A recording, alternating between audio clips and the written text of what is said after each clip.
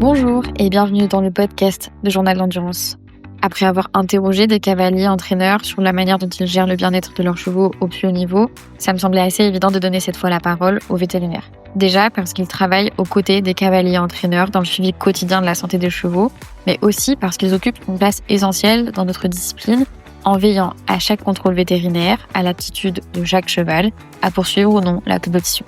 Dans cet épisode, j'ai eu le plaisir de réunir autour d'une même table 3 vétérinaires très expérimentés, avec tous les 3 une véritable vision internationale de l'endurance. Dr Michel Payan, Dr Guilherme Santos et Dr Bruno Van Cotter. Pour ceux qui connaissent un peu moins la discipline, les vétérinaires sont vraiment essentiels dans notre sport. Ils sont alors appelés vétérinaires de ligne. À l'issue de chaque boucle, ils réalisent un contrôle métabolique et locomoteur qui permet de déterminer si le cheval est apte à poursuivre l'épreuve. Si le cheval ne satisfait pas au contrôle, la compétition s'arrête là pour lui. J'aurais presque un peu du mal à vous faire un sommaire de cette discussion, tant elle a été riche, entre expérience de terrain, réflexion et données scientifiques, avec un seul fil rouge tout au long de cet échange, le bien-être de nos compagnons de compétition. On a enregistré cette conversation à Juliange, en pleine ambiance festive de la marche des régions. Alors, même si l'enregistrement a été nettoyé par un logiciel, vous entendrez à quelques moments l'ambiance autour de nous, mais promis, ça ne vous empêchera pas de profiter de la discussion. Je vous souhaite une bonne écoute. Bonjour messieurs. Bonjour. On est à Juliange. Merci de prendre ce temps-là pour répondre à mes questions. Est-ce que pour commencer, vous pourriez vous présenter chacun votre tour, s'il vous plaît? Alors, Michel Payan, je suis vétérinaire depuis 50 ans. Vétérinaire dans le sport depuis à peu près autant. J'étais cavalier avant et j'ai intégré la filière FEI autour des années 90. Voilà. Et maintenant, je suis vétérinaire 4 étoiles, que ce soit officiel ou traitant. Ok, super. Voilà. Alors, Guilherme Santos, vétérinaire brésilien, 6e génération d'éleveurs de chevaux. Donc la famille très attachée au monde agricole, passionné de ça depuis toujours. Vétérinaire depuis 1987, formé à l'université de São Paulo. Expérience internationale, je travaille aux États-Unis et plus tard en Europe. Et vétérinaire FEI à partir de 2002. Aujourd'hui aussi responsable des équipes du Brésil et bien surtout du programme de formation des juniors internationaux que nous avons avec certains pays étrangers. Bonjour, moi c'est Bruno Van Cotter, je suis vétérinaire belge. Je proviens d'une famille d'éleveurs de chevaux aussi. Un de mes oncles était un champion de Belgique de dressage, mes deux grands-pères avaient des chevaux, mes grands-oncles avaient des chevaux, donc on a toujours eu ça. Moi j'ai été toujours passionné du cheval. J'ai été assistant à l'université à Utrecht après mes études à Bruxelles. Puis j'ai étudié l'ostéopathie, l'acupuncture, ce qui m'a amené à pratiquer sur 3 continents pendant très longtemps. Là, c'est un peu réduit. Je suis vétérinaire FEI parce que mes enfants ont commencé à monter en compétition et m'ont convaincu de rentrer dans ce système-là. Donc, après 2005, j'ai été vétérinaire d'équipe aussi pour 5 pays et dans 3 disciplines différentes. Et là maintenant, j'ai été nommé en novembre dernier au comité vétérinaire à Lausanne. On devrait avoir des expériences hyper différentes et complémentaires pour répondre aux questions du jour. C'est parfait. La première question est, quelle est votre définition du bien-être équin à vous en tant que vétérinaire et grâce à votre expérience? Pour moi, c'est le respect des limites de capacité des chevaux, tout simplement. Alors, ça paraît facile, mais il faut connaître la vie du cheval, la capacité d'un cheval, et c'est pas la même sur plusieurs chevaux différents. Donc c'est ça, c'est d'essayer de connaître la capacité d'un cheval et respecter ses limites. Messieurs, vous voudriez rajouter quelque chose? Le bien-être du cheval, c'est bien entendu avoir à boire à manger ou dormir. Je dirais que c'est plus aussi un problème moral. L'idéal pour moi, c'est d'arriver à les mettre dans un état où ils sont heureux de jouer avec nous, d'avoir un dialogue harmonieux et tout ça aboutissant à un jeu qu'on choisit sportif ou pas. Mais là, à ce moment-là, on a une coopération avec le cheval agréable. Bien sûr. Alors moi, personnellement, j'oserais pas parler dans ceci de bien-être animal, je parlerais plutôt de bien-traitance. C'est la façon de les traiter, que le bien-être du cheval, à mon avis, c'est pas la compétition, c'est pas... Alors nous sommes dans le domaine de l'endurance où je pense que la bien-traitance du cheval est nettement supérieure à celle aux conditions de vie des chevaux dans les autres disciplines et des chevaux de concours certainement. Nos chevaux font relativement peu de compétitions par an par rapport à des chevaux de dressage d'obstacles qui à haut niveau prennent l'avion, dorment rarement à la maison, dorment dans des petits box de concours. Effectivement, comme dit Michel, je suis assez d'accord avec. Il y a le principe des 3 F, Forage, Friends, Freedom. Maintenant, on voudrait y rajouter une 4e lettre. On parle de to sleep, le fait de leur laisser le temps de se reposer et de dormir, ce qui pour des concours de chevaux en chevaux de dressage ou d'obstacles est rarement le cas. Les concours terminent tard. D'ailleurs, la FEI a pris une décision à ce sujet-là, c'est d'imposer réellement la fermeture des écuries pendant 6 heures où personne ne rentre, pas de lumière allumée, vraiment leur laisser le temps de dormir et de réduire aussi tous les soins entre guillemets effectués aux chevaux durant la journée.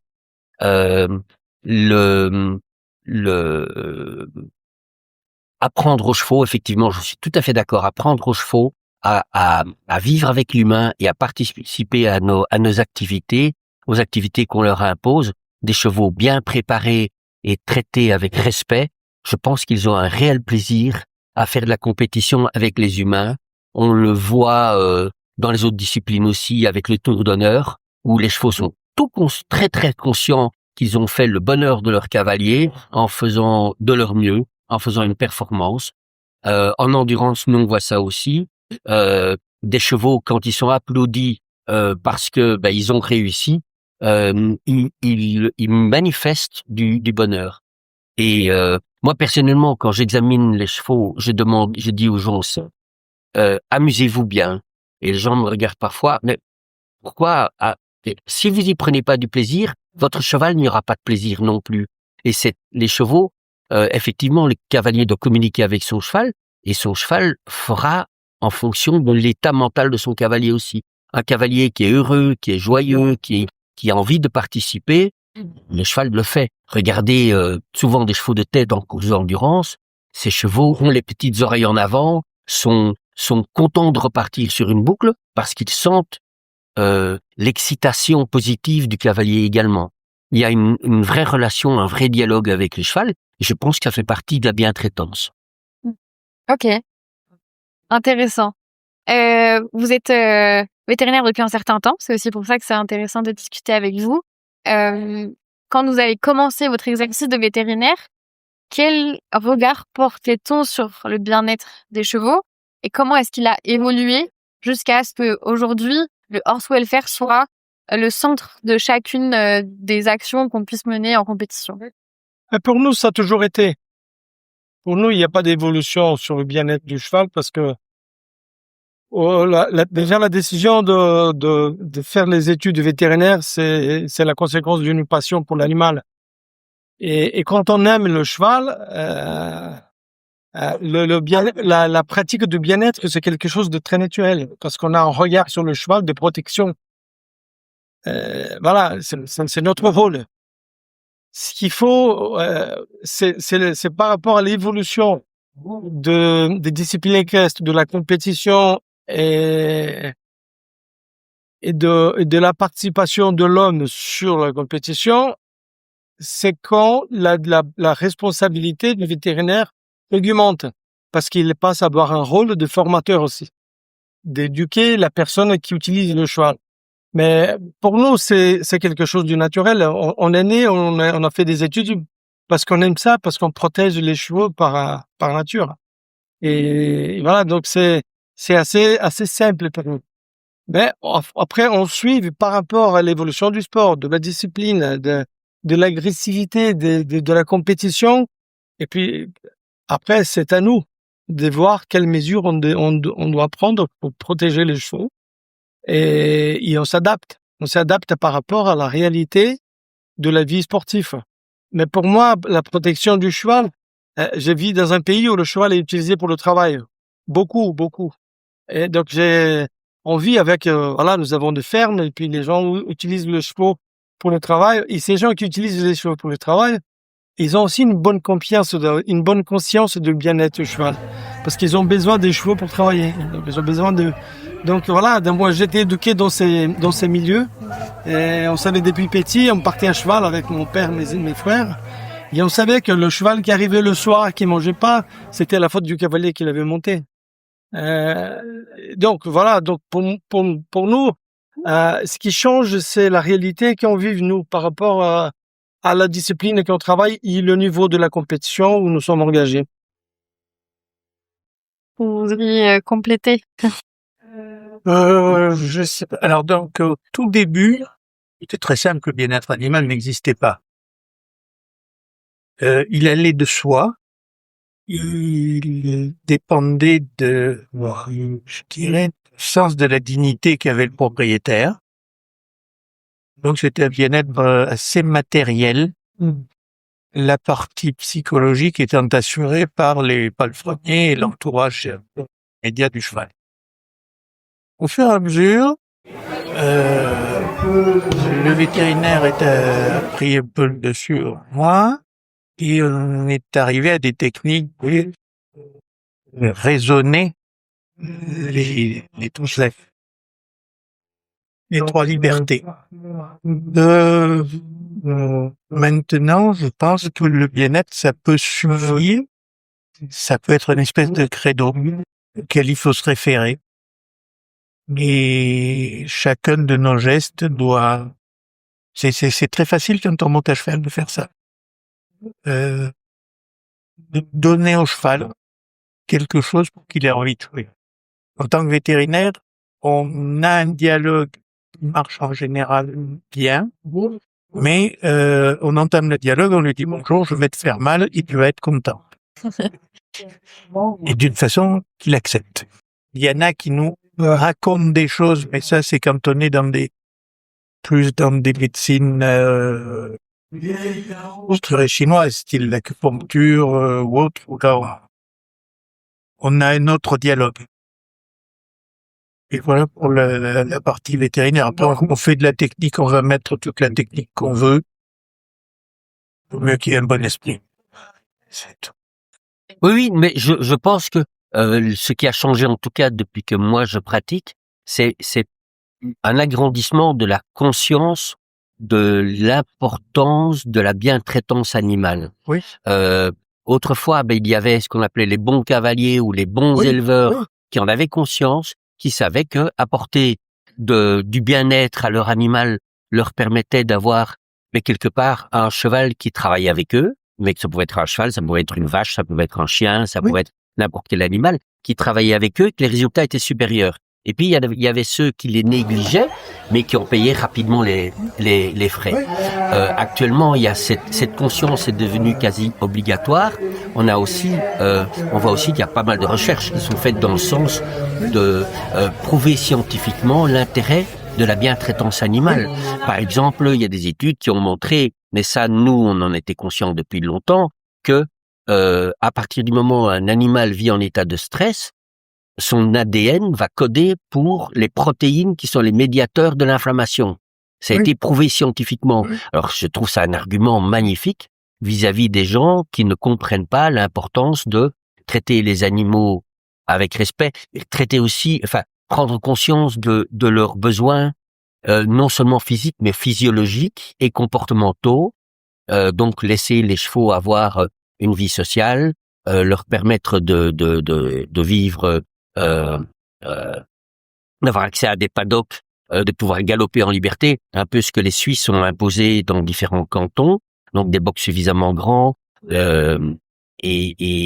accès à une vie sociale, des contacts avec des congénères et avoir accès à la liberté. De plus en plus d'études montrent ça. Des études comportementales faites sur le cheval montrent aussi, par exemple, j'ai trouvé cette étude absolument fantastique. Ils ont montré à un cheval une photo de quelqu'un qui sourit et une autre personne qui fait la gueule. Ensuite, ils ont mis ces deux personnes dans un manège, 20 minutes après avoir montré cette photo au cheval, et le cheval est attiré par la personne qui sourit et va spontanément chez la personne qui sur la photo souriait, pas la personne qui fait la gueule. D'où l'importance de la façon dont nous traitons les chevaux. De plus en plus de gens les traitent comme des partenaires de travail, des partenaires sportifs, des partenaires d'activité. Et ça, c'est quelque chose d'important. Là, au niveau de la conscience et du fait de mettre des mots sur des faits que les anciens connaissaient, comme Guilherme qui dit, quand on travaille avec les chevaux, on se rend bien compte que il faut avoir une complicité, les traiter convenablement. Actuellement, on y met des mots. Maintenant, pour moi, ça va un peu dans certaines dérives, avec, par exemple, les gens qui pratiquent le travail à pied de façon excessive. Bon, je vois régulièrement dans des écuries des gens, ils sortent leur cheval du box ou du paddock, ils font 20 minutes de travail à pied sans avoir compris le sens du travail à pied. Et puis quand je leur dis, bon, et maintenant vous faites quoi? Ah ben je remets le cheval au box. Et attendez, vous voulez pas lui faire plaisir? Mettre une selle sur le dos et aller en extérieur pendant 1 heure, pendant 2 heures? Ah mais non, je monte pas les chevaux parce que ça leur fait du mal. Ou on veut une selle sans arçon, ou on ne fait plus les chevaux parce que c'est pas naturel. C'est pas naturel pour un cheval d'avoir un polichinelle sur son dos qui lui demande de faire des choses non plus. Donc, et nos chevaux ne sont plus des chevaux naturels. Nos chevaux ont évolué et la sélection de nos chevaux a été faite dans le sens de chevaux qui aiment travailler avec l'humain. Et ça devient même pour eux un besoin de travailler avec l'humain. On avait comme ça à la maison une jument d'une de mes amies, mais qui devait s'absenter à l'étranger, une Irish Cob. Cette jument s'ennuyait au paddock. Même avec des copains, elle voyait passer un humain, tu veux pas faire quelque chose avec moi? Je l'ai confié à une amie qui tient un centre d'équitation, où les chevaux sont très bien traités. Cette jument, elle s'est épanouie à faire des choses différentes tous les jours. Donc, je pense que la maltraitance animale n'est pas du tout dans le fait de leur demander de faire des choses avec nous. La sélection des chevaux a conduit à produire des chevaux qui ont envie d'interagir avec l'humain. C'est pas des Przewalski, c'est pas des Tarpans, ce sont des chevaux domestiques qui ont été modifiés par l'humain. Voilà. Et ça de plus en plus. À Hanovre, par exemple, autrefois, dans le testage des étalons, un étalon qui était pas gentil avec l'humain, qui frappait, qui mordait, qui voulait pas bosser, était rendu castré à son propriétaire lors du testage. Parce que c'est quelque chose d'extrêmement héréditaire. Mais bon, ça c'était la rigueur allemande. C'est sûr que dans un peuple latin, ça passerait moins bien. Mais chez les Germains, c'était quelque chose de considéré comme normal. On travaille à l'évolution d'une race en commun, et l'objectif était d'avoir des chevaux qui aient envie de travailler, et voilà. On le remarque, les gens qui mettent à l'élevage une jument qui ne veut rien faire, une jument inserviable, ils ont des poulains inserviables. Mettez à la reproduction une jument qui a fait des performances, vous avez une plus grande probabilité d'avoir un produit qui fait des performances. Mais parce qu'il comprend l'humain, il a envie d'interagir avec l'humain. Vous êtes vétérinaire, donc c'est votre quotidien professionnel, mais vous êtes aussi vétérinaire sur les compétitions. Vous côtoyez des personnes qui font du très haut niveau. Parfois, on peut remettre en question justement ce bien-être animal dans ces performances extraordinaires qu'on voit presque tous les week-ends aujourd'hui. Comment est-ce que vous, en tant que vétérinaire, vous voyez justement cette performance de très haut niveau par rapport au bien-être du cheval? Et comment est-ce que vous essayez, en tant que vétérinaire de ligne ou en tant que vétérinaire traitant, de préserver tout ça, justement? Ça, c'est culturel. C'est culturel. Ça dépend beaucoup de l'éducation et de la nature de chaque personne, en fait. Et ben nous, comme officiels de concours, on a tout de suite la sensation quand la chose se présente. Et par rapport à la situation, on met des mesures plus ou moins sévères parce que nous assumons notre rôle de protecteur du cheval. Et des fois, la compétition, le stress, ben ça c'est lié à beaucoup d'autres choses.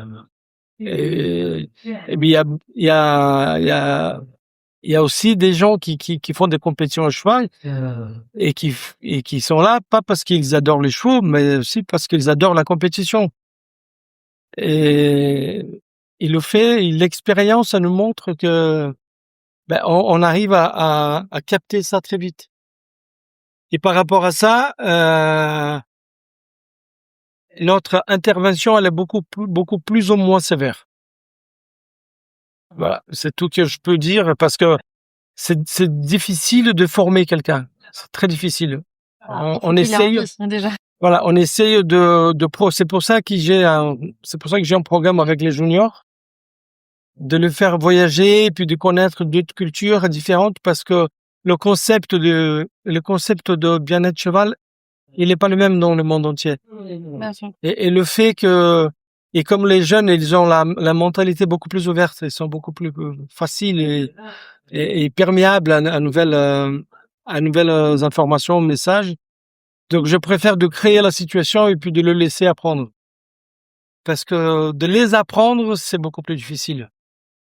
Et voilà, donc on peut pas forcer. On essaye de travailler un peu sur l'apprentissage en faisant un petit peu le diagnostic du niveau du personne avec qui on travaille, de proposer des choses qui vont elles pouvoir éduquer les gens. Et quand on est officiel du concours et qu'on travaille avec les cavaliers dans le concours, des gens qu'on connaît pas, on travaille par rapport à la sensation qu'on a de l'utilisation de la personne à son cheval. Et si on sent que son cheval est en danger par rapport à l'autre tempérament, on prend des mesures plus sévères ou moins sévères.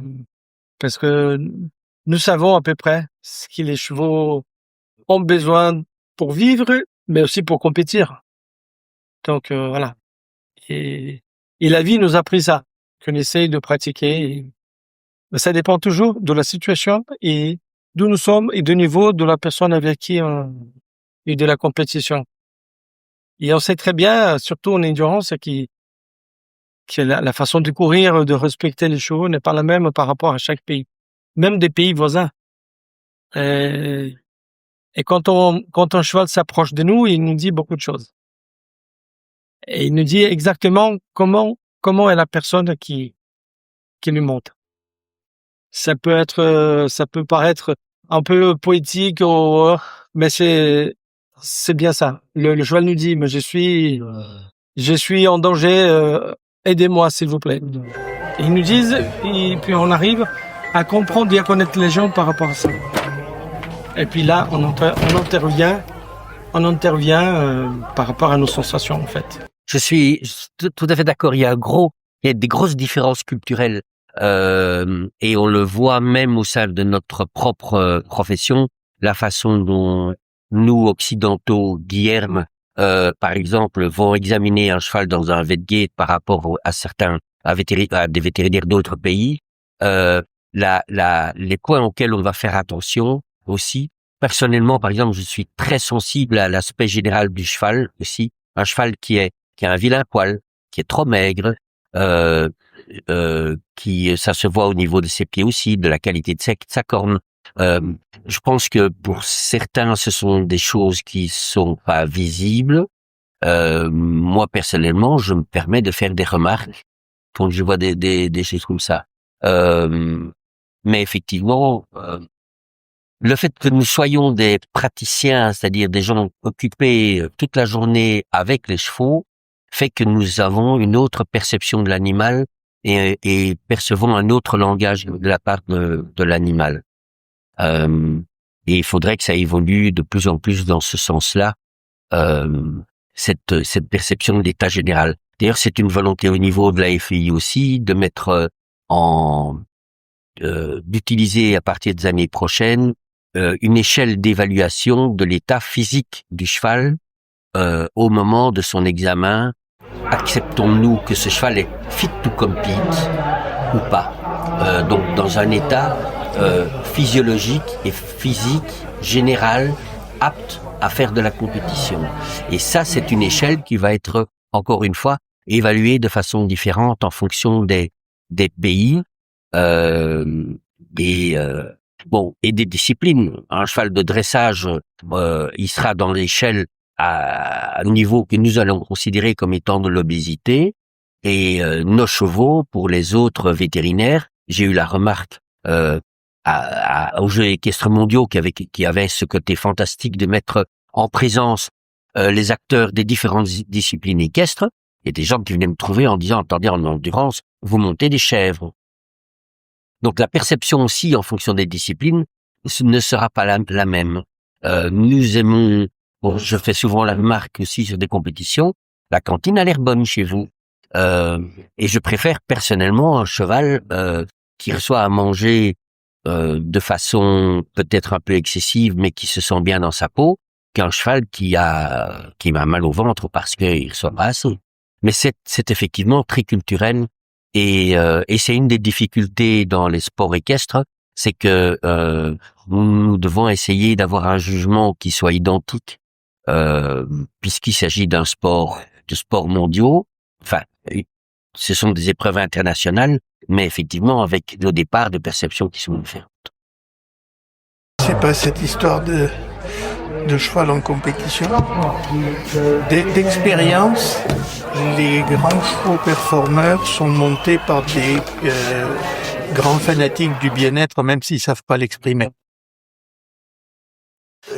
Et ce sont des gens qui échangent leur culture, certaines fois très vite, et au profit d'un cheval, toujours au profit du cheval.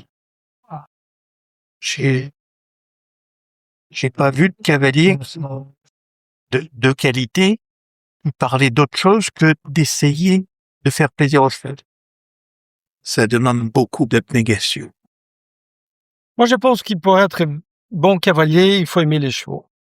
Et que pour être bon vétérinaire, il faut aimer les chevaux aussi. Est-ce que c'est pas difficile dans notre sport où on voit très souvent des cavaliers monter des chevaux qu'ils ont à peine monté parfois à l'entraînement en fait. C'est aussi ça la difficulté de notre sport comparé à ceux d'obstacles ou du dressage. C'est que parfois les cavaliers ne connaissent pas tellement... Vas-y. Ouais, non, mais ça n'empêche pas. Mais c'est une ouverture qui l'endurance nous permet, comme aux disciplines, de faire. Moi, j'ai vécu à la maison.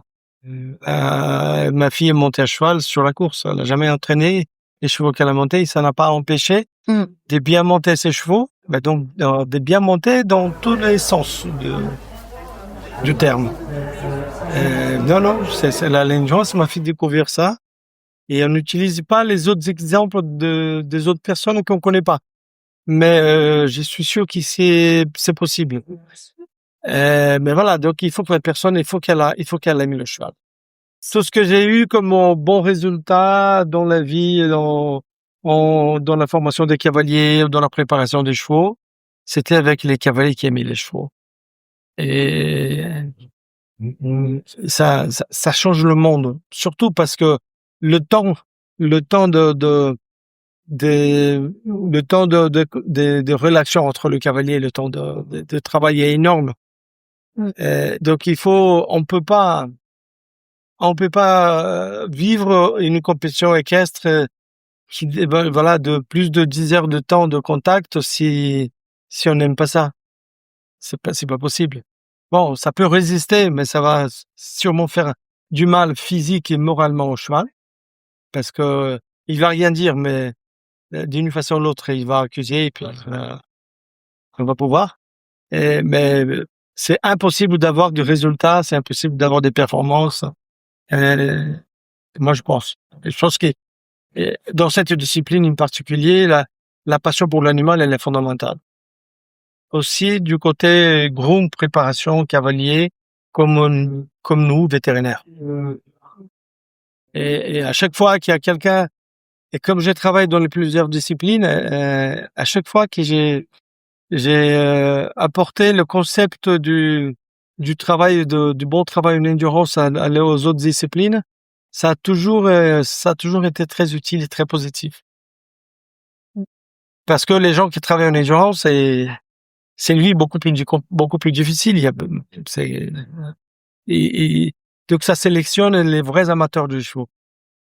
Ah ben des fois, on amène un professionnel qui travaille en endurance à travailler dans une autre discipline, et puis ça lui manque énormément dans le contact avec l'endurance parce que c'est quelque chose qui est vraiment attachant et qui sélectionne le profil des gens. Oui, je pense que les bons cavaliers, mais tout comme les bons grooms, les bons vétérinaires, les gens qui agissent dans le milieu du cheval avec un certain résultat et des résultats concrets et sont des gens qui n'ont peut-être pas un ego vis-à-vis du cheval surdéveloppé et qui vont chercher à comprendre le cheval. Mais c'est ce que je disais tout à l'heure avec les bons éleveurs, les bons cavaliers qui avaient des résultats, c'est ceux qui cherchaient le bien-être de leur animal parce qu'ils avaient compris aussi que la qualité du travail de leur cheval, de leur animal, la longévité de leur animal aussi, allait être supérieure, traité correctement. En saut d'obstacle, par exemple, l'épreuve Coupe du Monde autrefois, enfin jusqu'à il y a peu, il y avait une tournante et qui testait l'habilité du cavalier à peu de temps apprendre à s'adapter au cheval, à le comprendre. Et donc le fait de monter les très bons jockeys en course, c'est la même chose.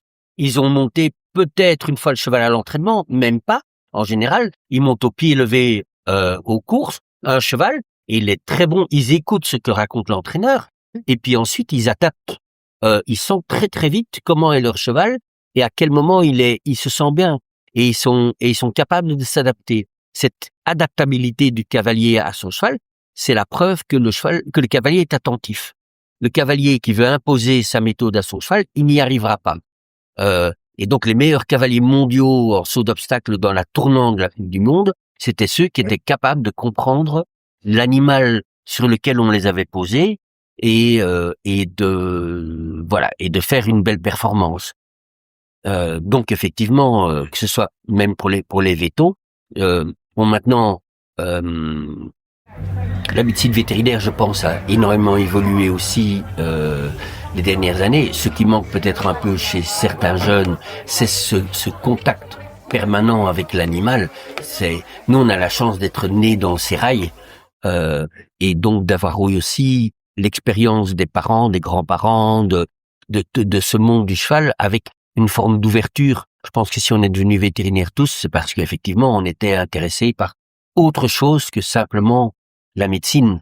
C'est l'aspect contact avec l'animal qui nous ouvre les yeux sur énormément de choses. Le bien-être de l'animal, effectivement. Le cheval qui vient vers vous en vous racontant ses problèmes c'est ce qui rend pour nous le métier passionnant. Maintenant, Guilherme, il en est loin, mais nous qui sommes à l'âge de la retraite, on n'est pas prêt à l'apprendre parce que c'est un bonheur quotidien. Ça, c'est une bonne question. Ça serait une bonne question à poser aux chevaux. Alors, pourquoi vous arrivez à performer de façon différente avec celui et l'autre cavalier? Et nous, ça nous interpelle. Ça. Moi, j'aimerais bien d'écouter cette réponse parce qu'elle existe. Elle existe d'une façon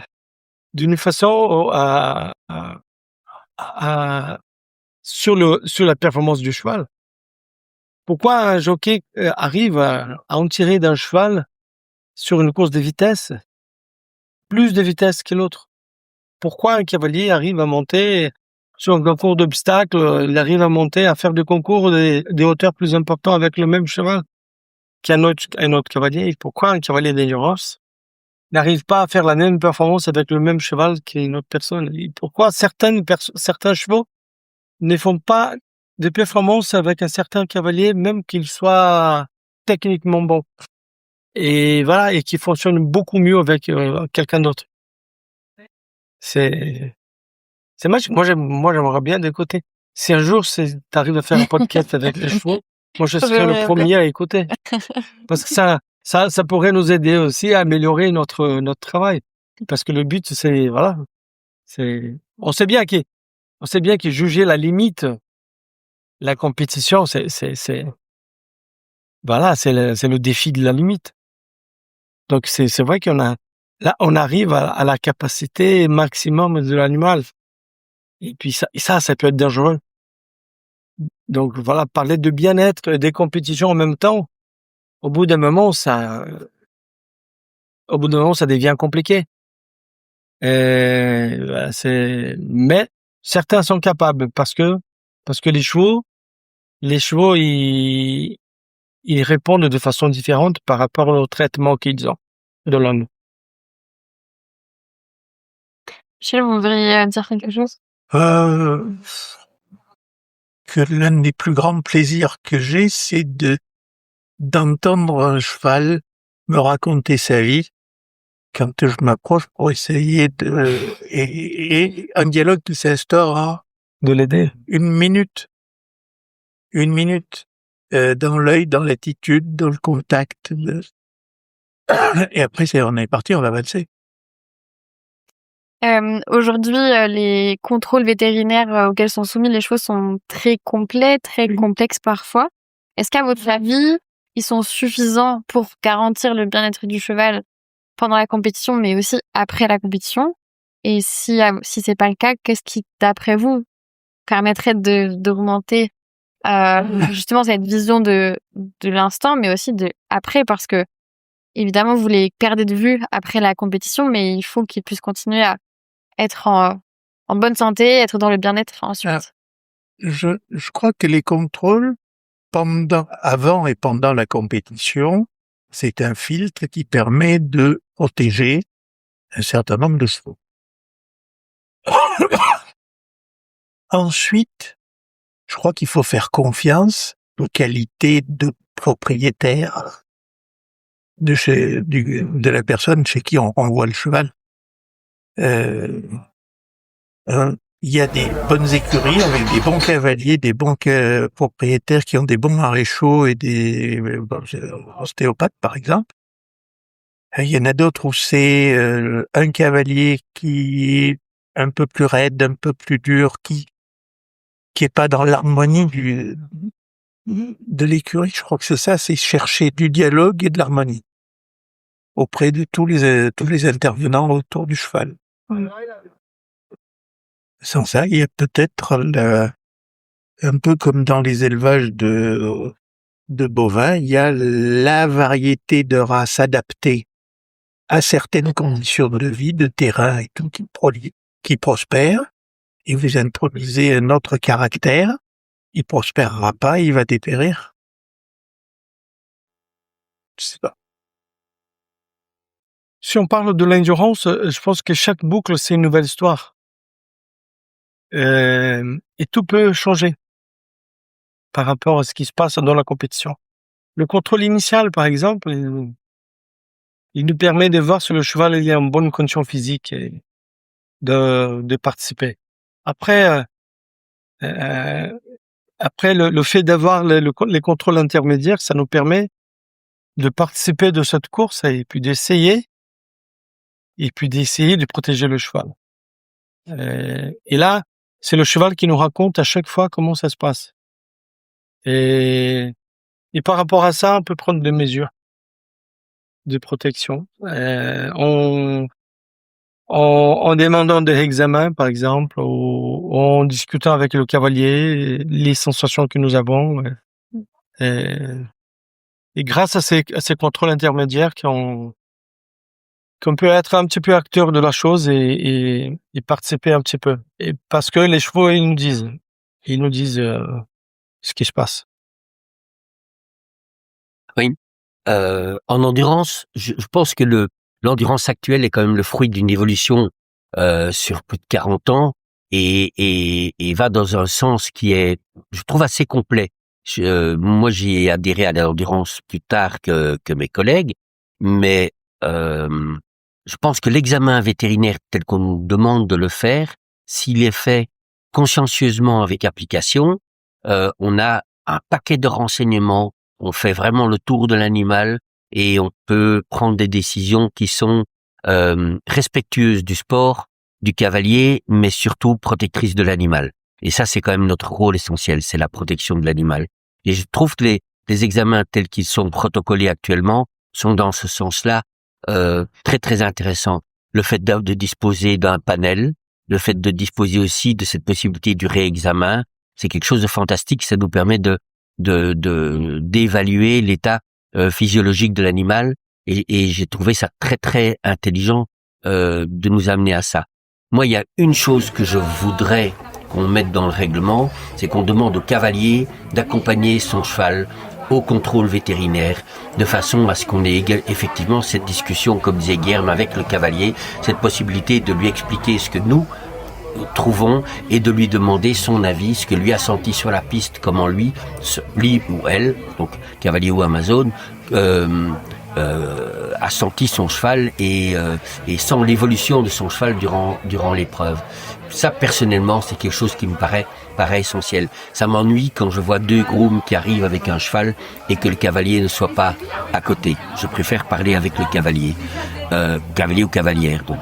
À part ça, bon, il y a toujours l'examen final qui pose question, où le règlement en endurance prévoit que le cheval devrait être capable de repartir sur une boucle, et que ce n'est pas toujours le cas.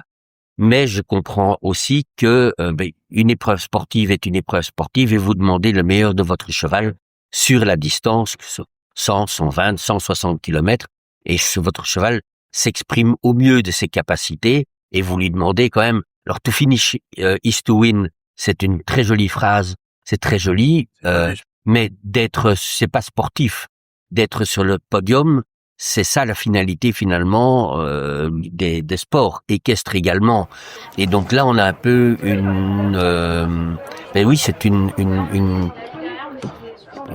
un problème. C'est un problème. Les anglo-saxons vont être beaucoup plus dans l'esprit de repartir sur une boucle que chez nous. Et après, ça dépend de la perception que vous avez du sport. Faire la plus belle épreuve avec votre cheval, c'est déjà une belle victoire, bien sûr. Mais si vous êtes sur un championnat, le but malgré tout, c'est d'être le plus haut possible ou plus près possible du podium. Donc la perception de votre finalité sportive est différente. C'est vrai que c'est ça qui est aussi parfois un peu frustrant en endurance, c'est que évidemment sur la dernière boucle, les cavaliers vont demander un peu tout ce qui reste dans le moteur des chevaux et que parfois ils arrivent avec ils mettent vraiment 20 minutes à rentrer dans le Vetgate avec à moins de 64 pulsations par minute. Et ça pose question de est-ce que c'est juste pour le cheval? Est-ce que ça, par exemple, ce serait pas une solution de diminuer ce temps pour entrer au Vetgate pour éviter d'avoir des finishes pas très brillants, quoi. Vaste programme. Ouais, c'est vrai qu'il y a des choses à évoluer. Le Oui. problème, c'est que la tendance du sport, c'est la configuration de boucles assez rapides, plates et ça pose vraiment de problèmes parce que comment on va éviter la compétition si on fait de la compétition? Ben, peut-être qu'il fallait peut-être qu'il fallait travailler plutôt sur la configuration des boucles et du trajet et de la difficulté du trajet parce qu'il faut que le cheval puisse parler aussi. Et si c'est que l'homme qui parle, c'est ça le danger. Il demande. Et le cheval parle quand il y a des difficultés sur le parcours. Et puis, à mon avis, il faut mettre des difficultés sur le parcours. Parce que là, le cheval dit, pour moi, c'est bon. Avant que ça devienne dangereux. Et à partir du moment qu'il refuse la compétition parce que ça devient très dur pour lui. Mais, galoper de façon à borne, comme ça, de suivre les autres, c'est vraiment la chose la plus dangereuse qui existe. Et même quand on voit un cheval, combien de fois on a vu des chevaux qui étaient en état un peu critique à la fin, qui a qui a fait une vraie dernière boucle. Et combien de fois on a vu des chevaux qui étaient frais et qu'on se disait, celui-là, il est très bien. Et puis qu'il arrive très mal à la fin. Mais là, on peut pas intervenir. C'est plus possible. Et on peut pas non plus, empêcher un cavalier de monter à cheval parce que, ça dépend beaucoup de lui. Mais de lui et du cheval. On va libérer un cheval pour faire la dernière boucle s'il est s'il est en bon état. Et comme disait Bruno, on a toute la condition pour les sentir. Parce que la course, ça nous a pris, ça nous donnait l'expérience du jeu. On sait ce qui se passe à la première boucle, à la deuxième, à la troisième et à la quatrième. Et si le cheval, si la course se présente comme ça un peu plus dangereuse, difficile, on voit les phénomènes qui normalement se présentent à la fin de course, se présenter à mi-course. Là, on sent le problème, la difficulté et le danger. Et c'est là qu'on serre un petit peu la ceinture pour dire, faut qu'on soit plus sévère pour éviter les problèmes. Mais c'est pas la course des vétérinaires. Il faut pas que ce soit la course des vétérinaires. C'est la course des chevaux et des cavaliers. Puis à mon avis, c'est ça. Il faut mettre plus de difficultés au niveau du relief pour que les gens puissent réfléchir plus à cheval, puis discuter avec son cheval la possibilité d'aller plus vite et d'aller au bout. Et puis là, le cheval, il va vraiment parler de ce qu'il est capable de faire. À mon avis, je vois pas autre solution pour le problème. Je pense que là, il y a vraiment des choses très intéressantes qui ont été dites. C'est que dans l'évolution du sport, tous les sports évoluent vers toujours plus haut niveau de performance. Dans notre cas, c'est comparer les vitesses. Il y a 5 ans, il y a 10 ans, il y a 15 ans ou 20 ans, c'est pas du tout la même chose. En fonction des pays non plus. Moi, j'étais très étonné en voyant les résultats les performances de cavaliers américains, par exemple, en endurance, où ils gagnent des épreuves à du 9 km/h. Ça fait longtemps que chez nous, ça n'existe plus. Mais vous avez d'autres, comme le groupe 7, où les courses sont courues, des 100 km sont courues à 34 à l'heure, de moyenne. C'est encore un autre niveau, mais dans des courses complètement plates. On sait aussi que ce qui tue le cheval, c'est pas la distance préserve, c'est la vitesse qui casse les chevaux. Et donc je suis tout à fait d'accord avec Guilherme que la première étape, ce serait de demander des parcours qui soient techniques, parce que ces parcours de vitesse, tout ce qu'ils font, c'est montrer la qualité du cheval. Mais un des principes des sports équestres, malgré tout, c'est que c'est un sport d'équipe entre un cheval et un humain, et que c'est l'ensemble qui doit être compétitif. Et peut-être qu'un moins bon cheval, mais monté par un cavalier plus attentif, plus astucieux, qui a une meilleure communication avec son cheval, a plus de chances de gagner dans des courses techniques. Donc la technicité est extrêmement importante. Le dénivelé, un parcours varié, sur des sols variés, avec des changements de direction, tout ce qui demande de la part du cavalier d'être très attentif à son cheval, parce que dans des courses plates, les cavaliers se mettent, mes enfants ils disent le cul dans la brouette, ils s'asseyent dans la selle et c'est en avant, et les chevaux tombent comme des mouches en cours de parcours parce que ils ne sont pas capables de tenir la distance à ces vitesses-là, et les cavaliers s'en moquent plus ou moins. Non, ce qui fait la différence, il faut que le résultat soit à l'image de la cohérence et de l'entente du couple cavalier-cheval. Et donc nos épreuves doivent aller dans ce sens-là, qui est également le sens de la préservation du cheval, le sens de la préservation de ce qu'est l'endurance, la définition de l'endurance aussi. C'est pas une course d'hippodrome de longue distance, c'est une course en terrain varié où les premiers adversaires, c'est pas les autres cavaliers, mais c'est le climat, le dénivelé, voilà, des choses de ce type-là. C'est l'intelligence du couple qui doit être mise. L'intelligence et la performance du couple qui doit être mise en avant. Il y a eu quelques études récentes sur l'équilibre du cavalier et l'équilibre du cheval et sur leur harmonieuse combinaison. il n'est pas surprenant que les meilleurs cavaliers ont la meilleure liaison dynamique avec leur cheval. Et si on prend ça tout au long d'une épreuve, les meilleurs vont être ceux qui auront le moins perturbé l'équilibre du cheval tout au long de l'épreuve.